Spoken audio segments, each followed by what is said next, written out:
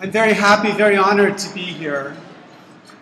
Very honored to have the opportunity to speak to any chapter of Common Cause, especially one not so far away from my home, so I appreciate the invitation.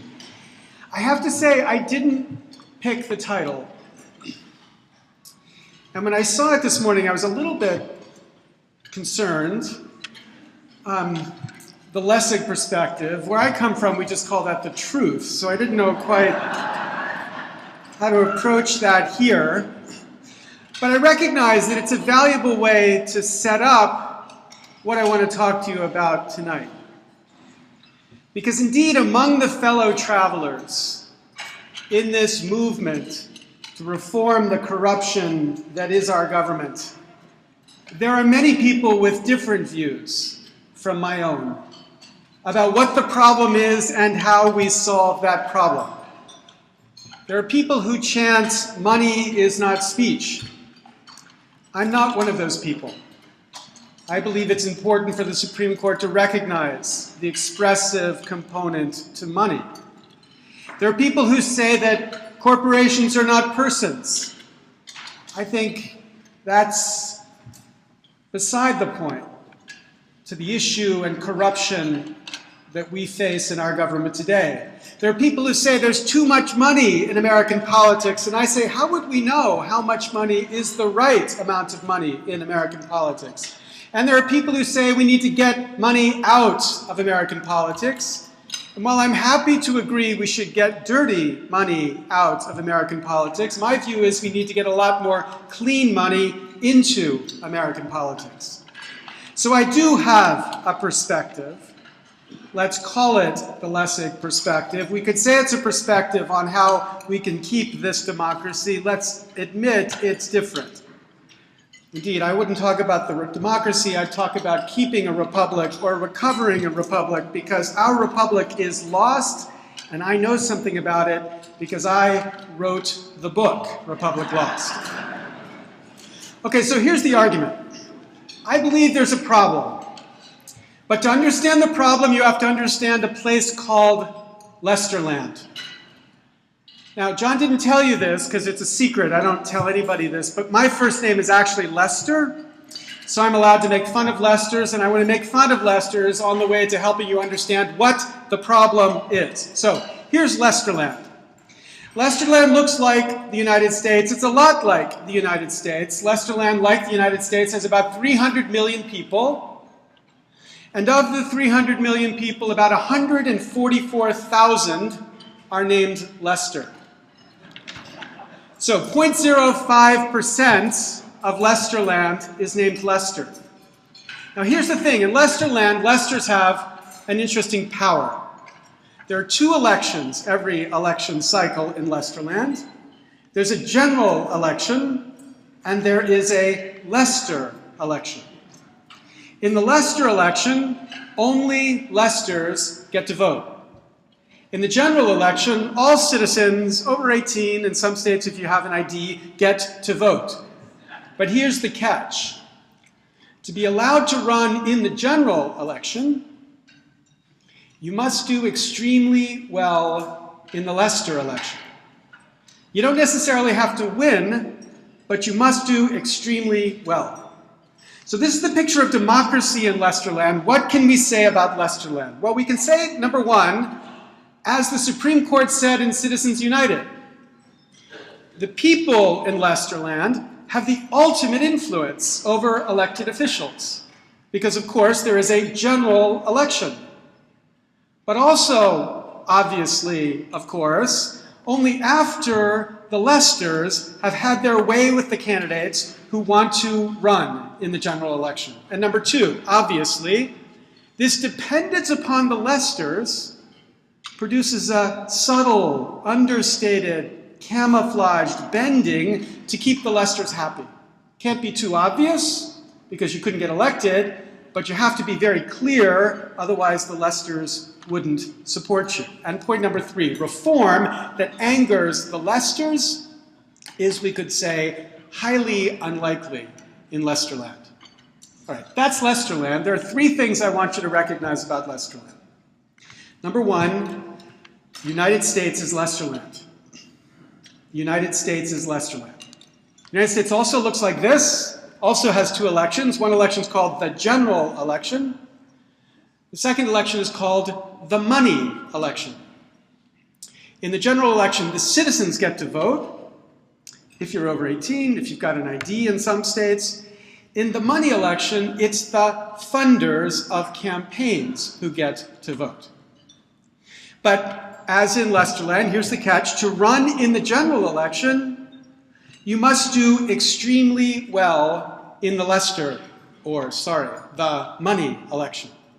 And here's the key. In America, there are just as few relevant funders as there are Lesters in Lesterland. Now you say, really? 0.05%? Well, here are the numbers. In 2010, 0.26% of America. I know you're thinking he's a lawyer, doesn't know how to do numbers, but I really mean 1/4% of America gave more than $200 in a congressional election. 0.05 gave the maximum amount to any congressional candidate. 0.01, the 1% of the 1%, gave $10,000 or more in the election cycle. And in this presidential cycle so far, 0.000015%, for those of you doing the numbers, you know that's 47 Americans have given 42% of the super PAC money that has been contributed to both candidates so far. So I look at this range, 0.26, 0.05, 0.01. I think it's fair for me to say the relevant funders in our democracy are the 0.05%. The funders are our Lesters. Now, as we can say about Lesterland, this is what we can say about USA land. Number one, as the Supreme Court said in Citizens United, the people have the ultimate influence over elected officials. But of course, that's because of a general election, and of course, only after the funders have had their way with the candidates who wish to prevail in the general election.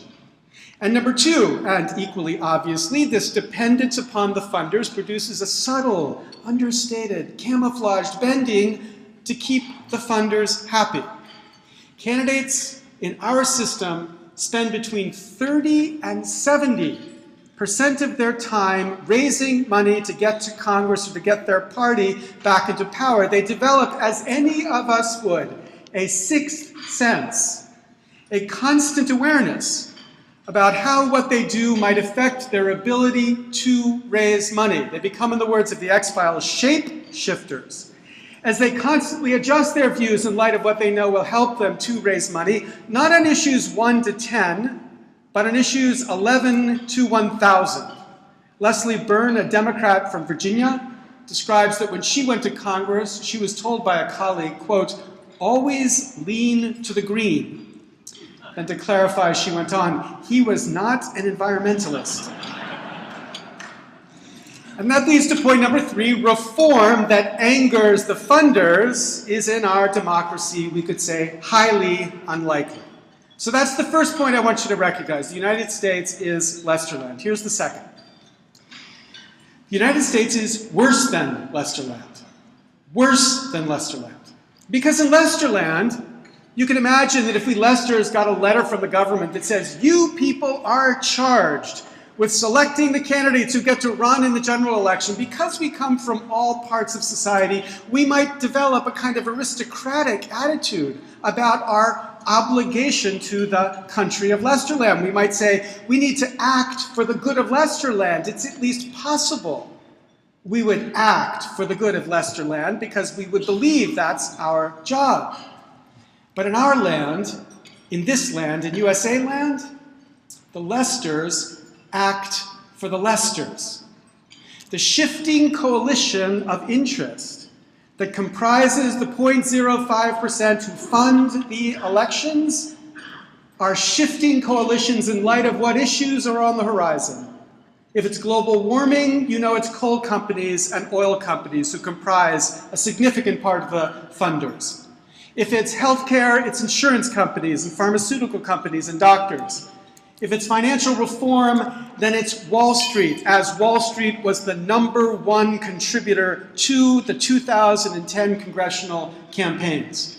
Whatever the issue is, it brings together a different coalition of the 0.05% who comprise the Lesters, and these Lesters, our funders, are not working for the public interest, they're working and influencing for their private interest.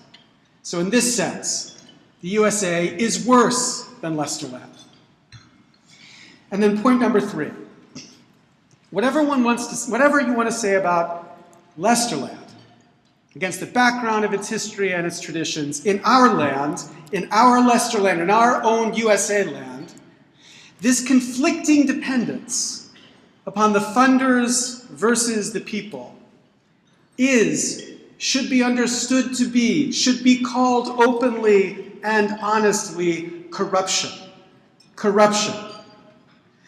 By which I don't mean brown paper bags with cash being secreted among members of Congress, by which I don't mean Rob Blagojevich sense of corruption.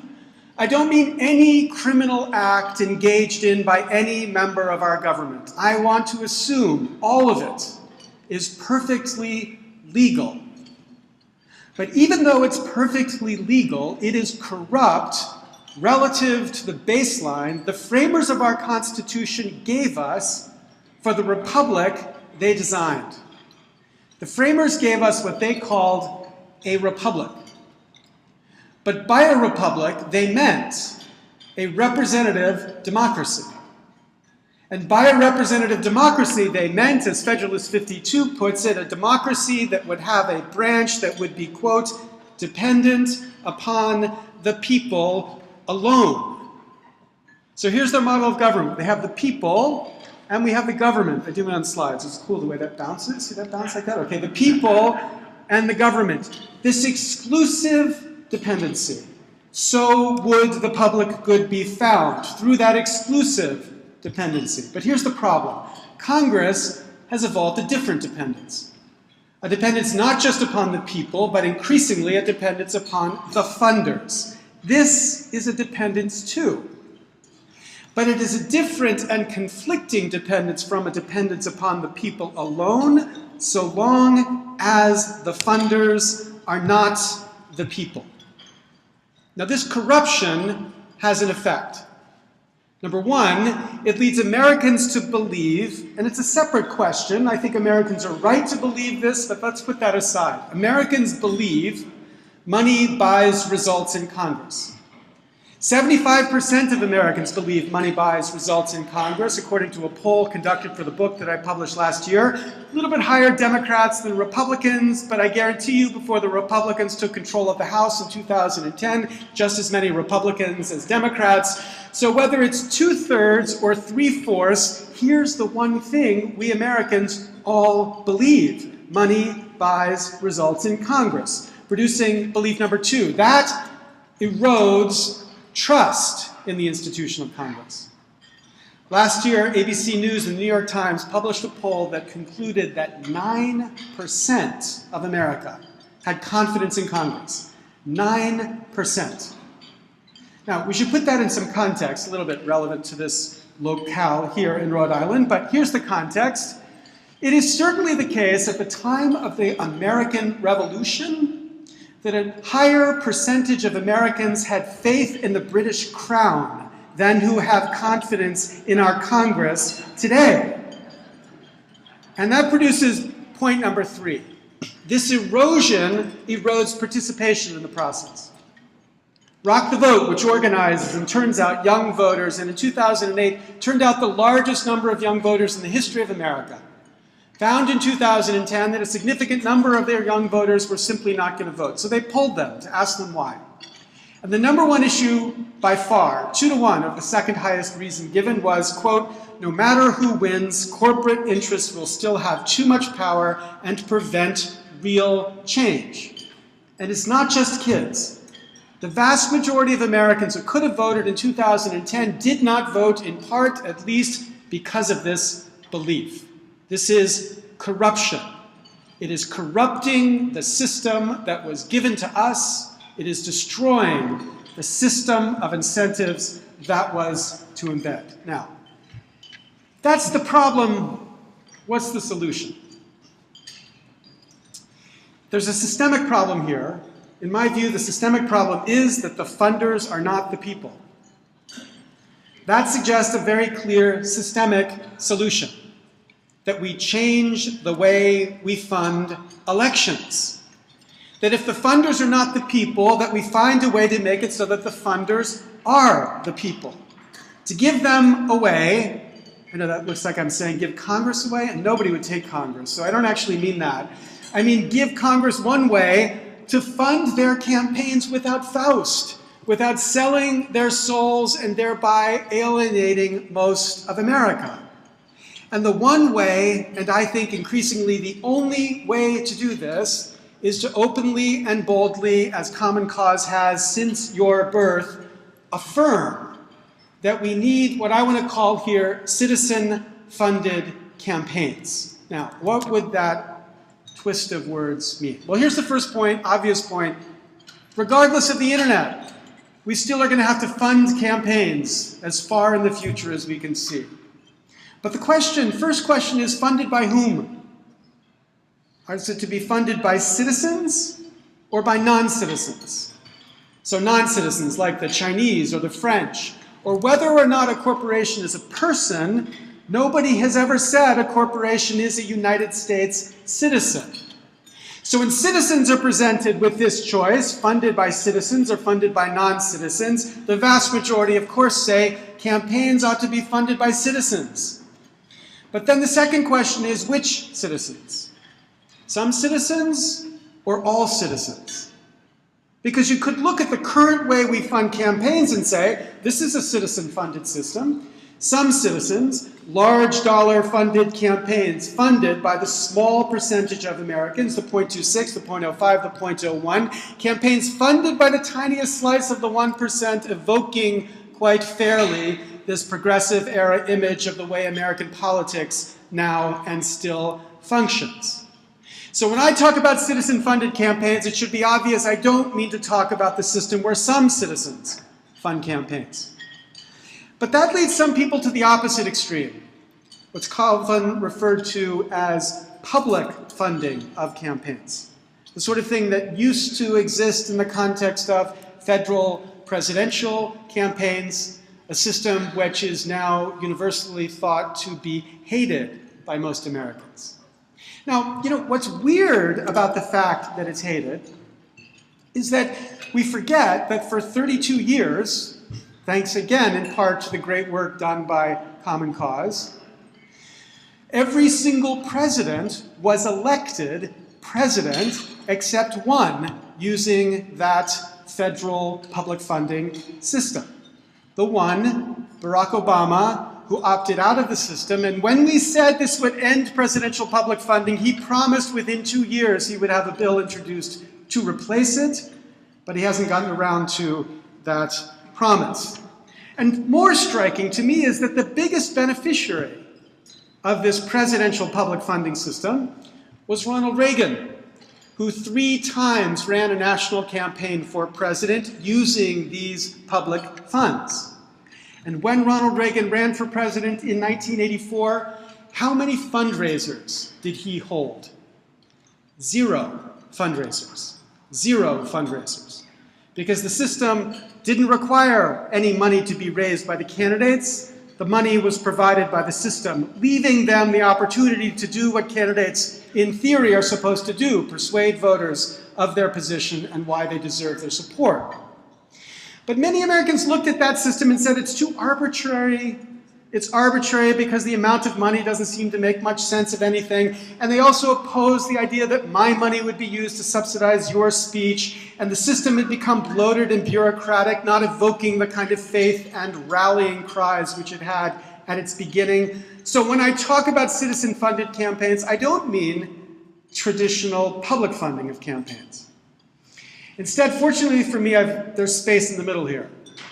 And the space in the middle talks about systems where all citizens are funding campaigns, but the decision for funding and who gets funded bubbles from the bottom up. These are systems of voluntary small dollar funded campaigns where candidates opt into taking small dollar contributions only, and then their contributions are amplified so that they can afford to run winning campaigns, never taking a large contribution from anybody. Now, there are a lot of examples about how this might be implemented. There are matching grant systems, which the states of Arizona and Maine and Connecticut have. Connecticut, when it adopted its system, in the first year, 78% of the elected representatives opted into the system of taking small contributions only, Republicans and Democrats alike. And New York City as well has this system of matching grants to make it possible for small contributions to successfully wage winning campaigns against most everybody except certain billionaires. Okay, so one idea is matching grants. A second idea is tax credits, like Oregon supports, where small dollar contributions can be deducted directly as a credit in your tax system. But a third system that I think we increasingly should look to are systems of vouchers. Ideas that were first introduced by Bruce Ackerman and Ian Ayres. Ideas that say we give every voter a voucher of a certain value, which they can then give to candidates who agree to fund their campaigns with vouchers only. And the proposal that I introduced in my book, I describe what I call the Grant and Franklin Project. So the Grant and Franklin Project says everybody should get a $50 democracy voucher that they can give all or part of it to any candidate who says, I will fund my campaign with vouchers only, plus contributions of $100 or up to $100 from any citizen. Grant and Franklin. And $50 per voter would produce $7 billion in the election system. That's 3 times the amount that was raised and spent in 2010. So that voucher system, too, is another way to fund small dollar, bottom-up funded campaigns. Or you could imagine all 3 of them wrapped together. John Sarbanes, the son of Paul Sarbanes, a Democrat from Virginia, has introduced just last month the Grassroots Democracy Act, which has a matching grant proposal, it has a tax credit proposal, and it has a proposal to do a pilot program around the idea of handing out vouchers to people to fund campaigns. Now, the point is, each of these alternatives funds campaigns from the bottom up, and each of them achieves the objective I think we need to be focusing on of making sure that we reduce the gap between the funders and the people. Now, this, I think, is the picture of what we should understand citizen-funded campaigns to be: systems where only citizens, but all citizens, are participating in funding campaigns, and this is what we need to correct the corruption that our current system suffers. We have a system today where we haven't outsourced the funding of campaigns, or if we have, that's secret, we don't know who's in fact funding much of these campaigns. We haven't outsourced so much as we've upsourced the funding of campaigns to the tiniest fraction of the 1%. And we need a way to downsource or people source the funding of campaigns so that people once again have no reason to be cynical or skeptical about what the politicians do, because no one would believe they're doing it for the money. And if, indeed, we had a Congress funded through small dollar contributions only, then we all could believe, as we all desperately want to believe, that when Congress did something stupid, it was either because there were too many Democrats or too many Republicans, but not because of the money. Because this system would have removed the premise that we all rely upon to believe that when they do something stupid, they're only doing it because of the money. Now, what would get us this system? What would get us this system? An amendment to the Constitution that says money is not speech would not get this system. Even if we had that amendment, it would still not change how campaigns are funded. An amendment to the Constitution that says corporations are not persons would not get us that system. Because whether or not you have that amendment, we still would have no change in how campaigns were funded. Trying to reduce the amount of money in politics would not get us that system. The question is how campaigns are funded, And the idea of getting money out is exactly antithetical to this system, because this system is about getting clean money in. So what would get us this system? This is what would get us this system: citizen-funded campaigns. And this is, in my perspective, what we ought to be fighting for. Now, we have an opportunity for this fight. It was a gift given to us by this institution, the Supreme Court. In its decision, Citizens United, declaring that corporations have a constitutional right to spend unlimited amounts of money promoting or opposing a political campaign, this institution gave us our gift, the sort of gift we hadn't seen since Richard Nixon gave Common Cause the gift he gave it, to allow this movement for reform to begin in the 1970s. This decision produced extraordinary outrage. As Larry Tribe described it, it marks a major upheaval in First Amendment law. Jonathan Alter, the most serious threat to American democracy in generations. And it wasn't just people from the left who understood its threat. Indeed, the Washington Post, immediately after the decision, released this poll, finding that 84% of Democrats and 81% of independents and 78% of Republicans opposed the decision, opposed a system where corporations had unlimited amounts of freedom to influence political elections. That outrage has produced a certain inspiration. And extraordinary groups have blossomed to try to rally people to the cause of overturning that decision, the move to amend organization, free speech for people. And then traditional organizations like Move On and People for the American Way and Common Cause's own Amend 2012. All of these are movements that focus on the idea of reversing Citizens United. And my own view is these efforts are good, they are important, they are extraordinarily powerful in rallying the people we need to this cause. But we need to remember, the day before Citizens United was decided, the day before January 20th, 2010, our democracy was already broken. Citizens United may have shot the body, but the body was already cold. And it is not enough to rally the nation to reverse this mistaken decision. And in my view, it is a mistake to speak as if it is enough.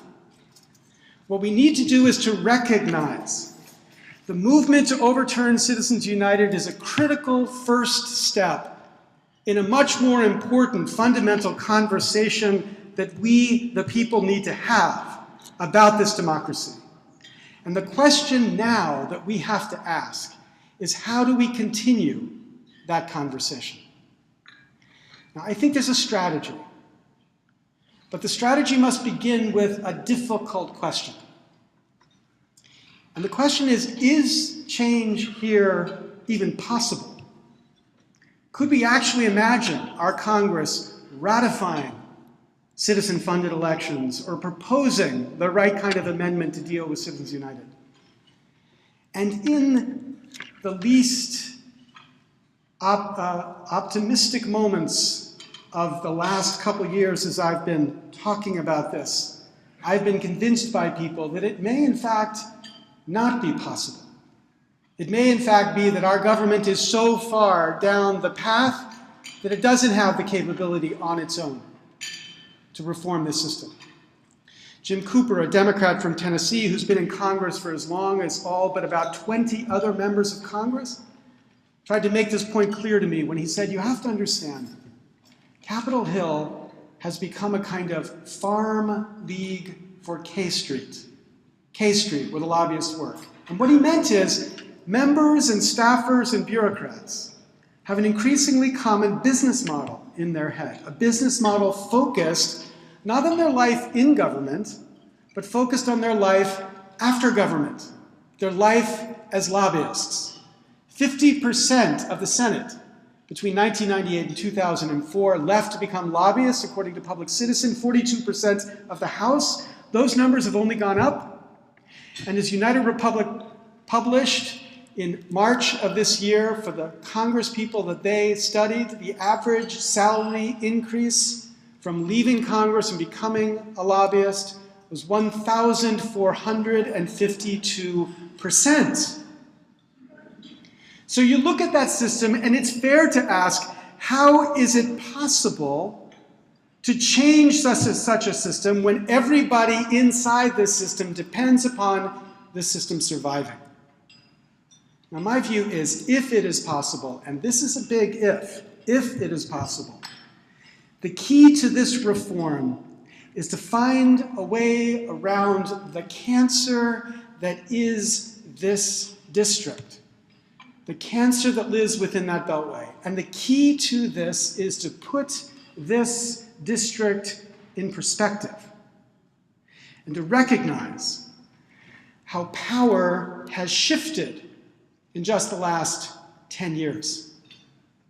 Now, the Chatterati of American politics say that the most interesting division in American politics is between the left side and the right side. But I think the most interesting division in American politics is between the inside and the outside. The inside, the people who live within this beltway and think and work and understand politics through that perspective. And the outside, the people who live outside of Washington, D.C. and think and talk about politics in a different way. And to remix a bit this great title, in this perspective, D.C. is from Mars and we are from Earth. So here's just one example, close to the hearts of many of the people here. Gallup poll in July did a survey to ask what were the top issues the next president should prioritize, the top issues. And on the top 10 list, number 2 was reducing corruption in the federal government. 87% of Americans said reducing corruption was a top priority. Now, by corruption, Americans today are not thinking about Jack Abramoff or Rod Blagojevich. Those cases are far in the past. By corruption, they're thinking about the issue of the endless amounts of money that are in this political system, leading everybody to believe that Congress and maybe the president is bought. But when you turn to the political campaigns, the actual campaigns that are supposed to take the top issues and turn them into proposals for policy, the issue disappears. Neither Obama's nor Romney's website even lists the issue, even mentions the problem. And indeed, it is the only issue on the top 10 list where it is not even addressed by either candidate on their policy positions. And more striking is that this is the first time in as long as we can see that an issue on that top 10 list has not even been addressed by either major party candidate. It is the first time that we, the people, have gone one way on the fundamental issues, and they, the insiders, have gone in a radically different direction. It is the measure of the way in which they are from Mars and we are from Earth. Now, the inside and the outside each has a distinctive politics. The outsider's politics, it's not a politics of politicians. They're not wannabe congressmen who are rallying people outside of Washington. Instead, increasingly, these are citizen politics. Citizens demanding that their politics change. And there are many examples of this happening, and it's increasingly frequent the way in which this happens. These waves of self-described open source energy that rally up through the infrastructure of the internet to demand that Washington do something different. I think the first in recent time is actually MoveOn in 1998, when two programmers in Berkeley looked up from their computer screens and realized that the United States Congress was going to impeach a president because he lied about having sex. And they said, this is outrageous. There are real problems our nation faces, and this is nowhere on the top 10 list. So they organized a technology to enable people to sign up to a petition that said, censure the man, but move on. and deal with the problems our nation faced. And within a couple weeks, millions of people had signed their petition, Democrats and Republicans alike, and Washington had to listen to this grassroots movement that demanded that they do things differently. I think the birth of the Tea Party was a similar outsider political movement. Not the Beltway Republicans who took over the Tea Party, but the original grassroots part of the Tea Party that welled up using the infrastructure of the network and organized thousands of groups around the country to demand the version of change that they thought was important. I think the Occupy movement was a version of this outsider politics.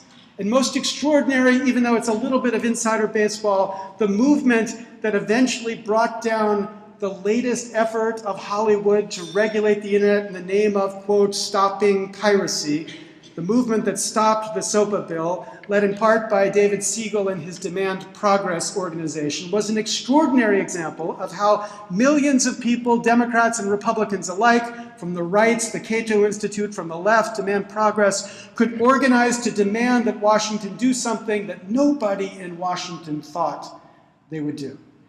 When Chris Dodd brought this bill before Congress, he had the signed commitment of 60 senators to support this bill.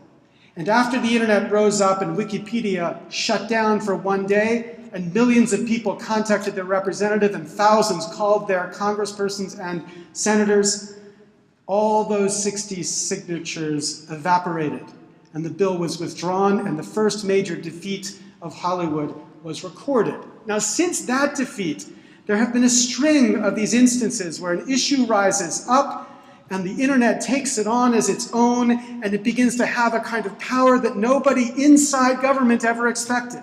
This is power. It comes from the ground up. It is something new. Some think new. But if there's hope here for how we might address the corruption of this system, the hope is here. It is in this outsider politics. But here's the challenge. This outsider politics is incredibly polarized. Like everyone in our society, the politicians, the parties, the media, the .orgs that rally us, your model of bipartisan, nonpartisan organization is a model that doesn't flourish in the world of these technologies. Your model is not the model of the most active and energetic of these sites. They practice the business model of polarization. They profit the more they divide people, the more they teach people how to hate people on the other side. This is what drives energy and activism towards their sites. We've built the Ray-Band culture, extremely polarized, but we all believe very, very cool. But polarization weakens outsider movements, weakens the potential of outsider politics. This polarized but very cool kind of outsider political movement might be okay for small potato issues, but for the big potatoes, it's not so clear. It has the capacity to rally the energy and force that we need to make this challenge a success. So here's the question. Is it possible for us to get beyond? Can we, the people, get beyond this us versus them inside these politics? To rally the millions that it will take to take on this institution, this cancer at the center of our government. Now, if we do that, this is what it will take. Number one, it will take an alliance that, number two, focuses on common ground, and three, has the capacity to rally people to that alliance. So, the alliance. A diverse yet cross-partisan movement.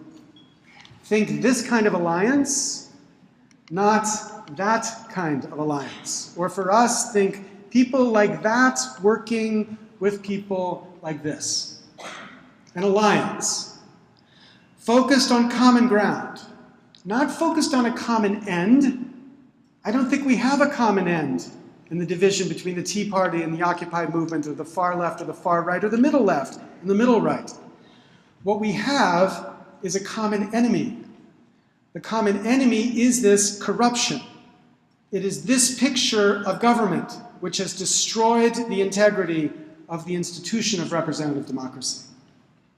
So it needs to focus on that common enemy with a strategy that can actually rally us.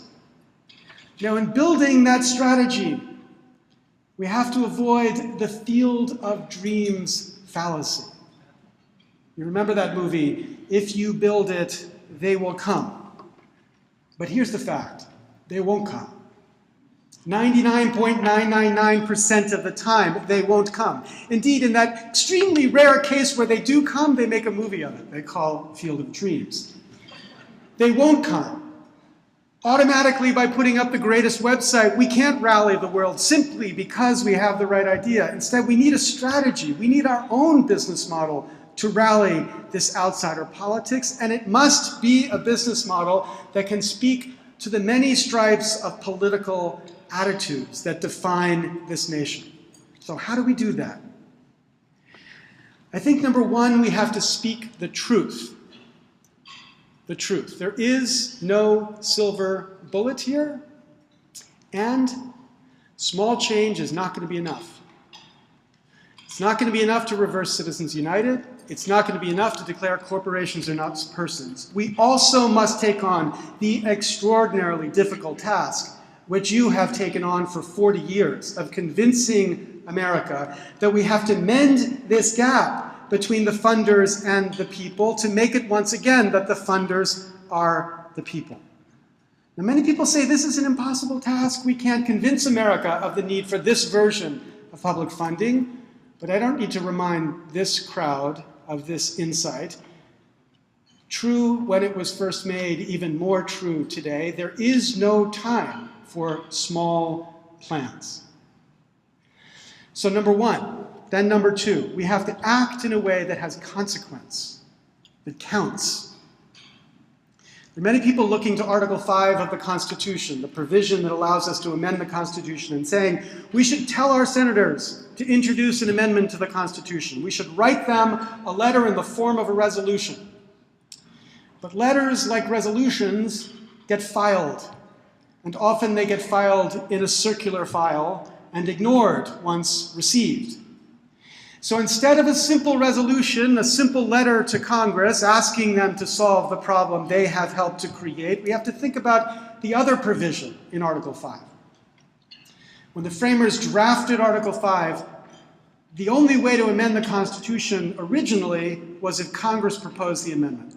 And then someone asked, what if Congress is the problem?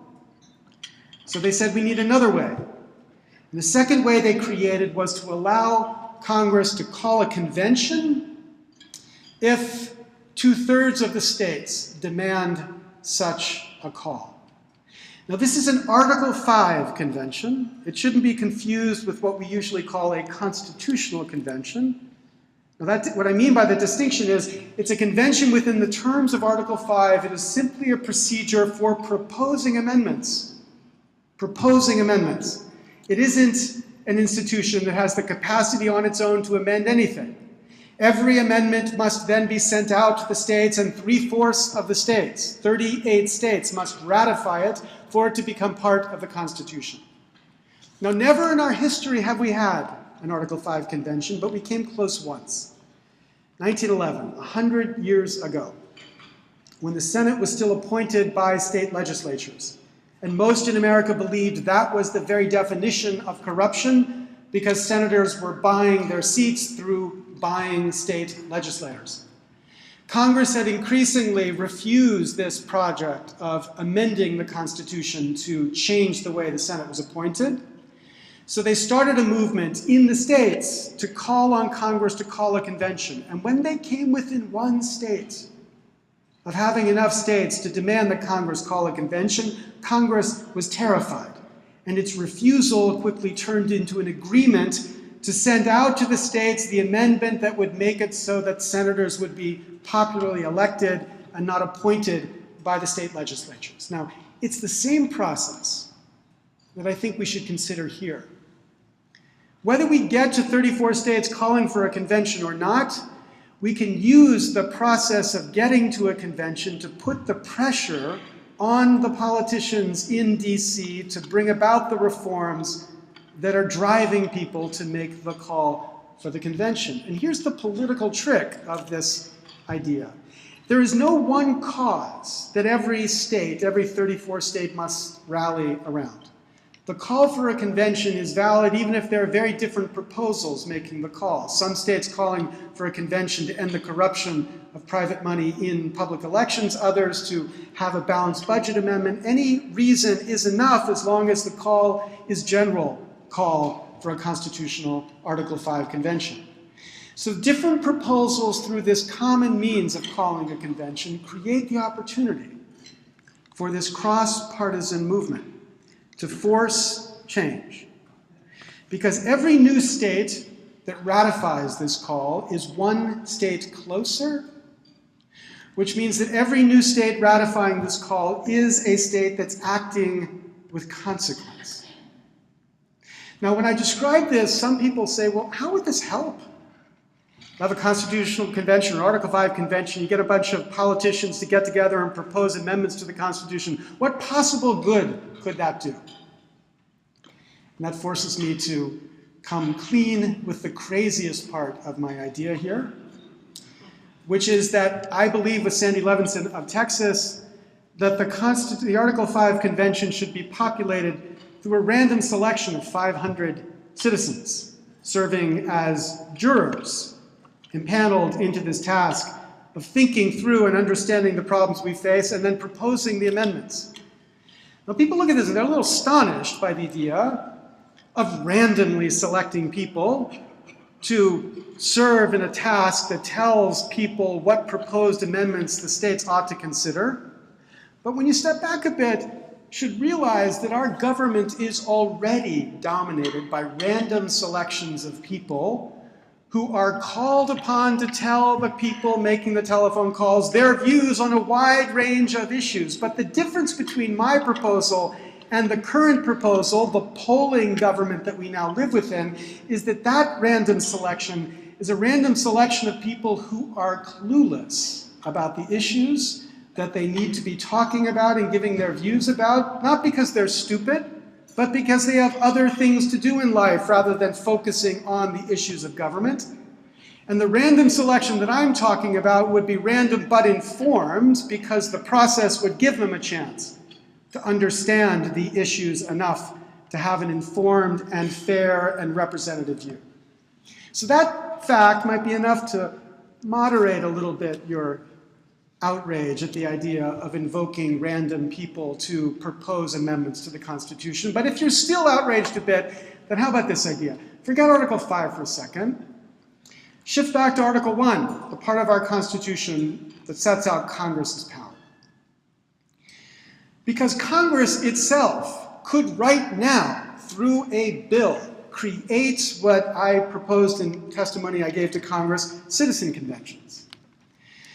Think of them as juries, randomly selected, you could say drafted into service, protected in their jobs, given enough compensation so they can afford to do this work without suffering at home or causing too much burdens at home.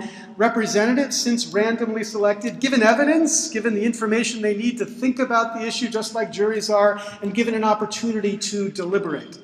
These citizen conventions, imagine 4 of them all across the country, would be asked to answer 2 questions. Number 1, is there a problem with our government?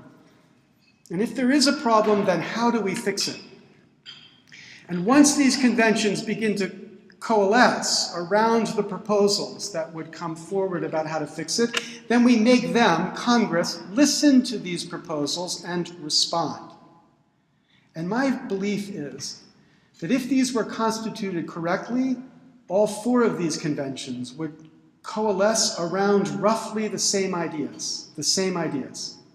And we, the people, could begin to understand what they said as a representation of what we believe, not tainted by normal politics and the special interests of normal politics, and not subject to the criticism that these are just ill-informed people, because these people would be more informed, I guarantee, than any member of Congress about these issues.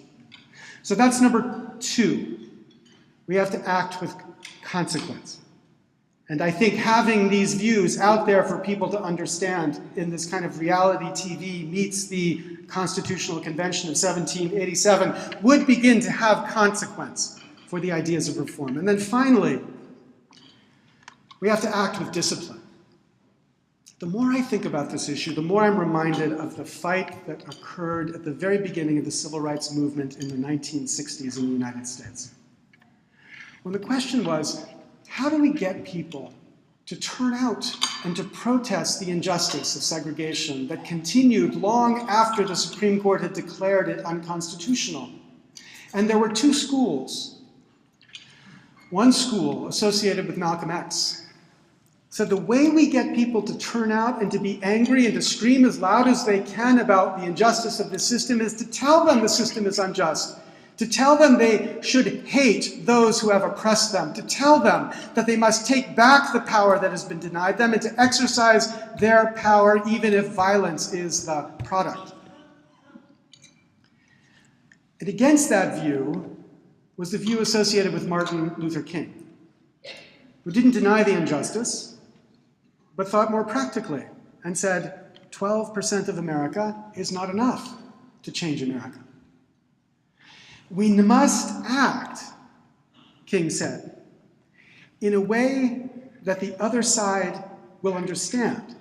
We must speak in a way that the other side can hear. So that rather than responding to the violence of police officers in the South, they responded to that violence not with violence, but with nonviolence. And people in the North, when they saw that nonviolence, could not believe this was the response to people being attacked, and they had to listen because they had been surprised by the way that this movement for justice had been framed. They spoke in a way that the other side could hear and thereby brought a significant part of the other side to their cause. And they won. They won a fight that nobody in 1962 thought was winnable. And if you go one step further back in our history, there's another example of exactly this fight. When people look at the framers of our Constitution, they see a bunch of white men who are property owners.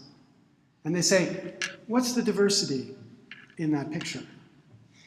But they forget that the framers of our Constitution included people who believed in slavery, and it included people who believed slavery was the moral abomination of the age. There is no issue as profound and important as slavery for them. There is no issue that divides right versus left today that is anywhere as significant as slavery was for them. Yet, they recognized their nation was falling off the cliff. The republic they thought they had founded was collapsing. And so they could bracket the differences. For good or for ill, they could bracket the differences long enough to sit down and work through the changes that would be necessary to make it possible for the republic to be founded. They were disciplined enough to allow their deep moral convictions to survive while structuring a government that would make it possible for the nation to survive as well.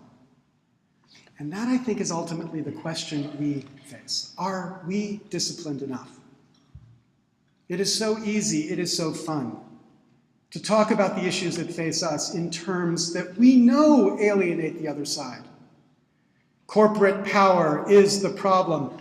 Most of America does not resonate with that claim.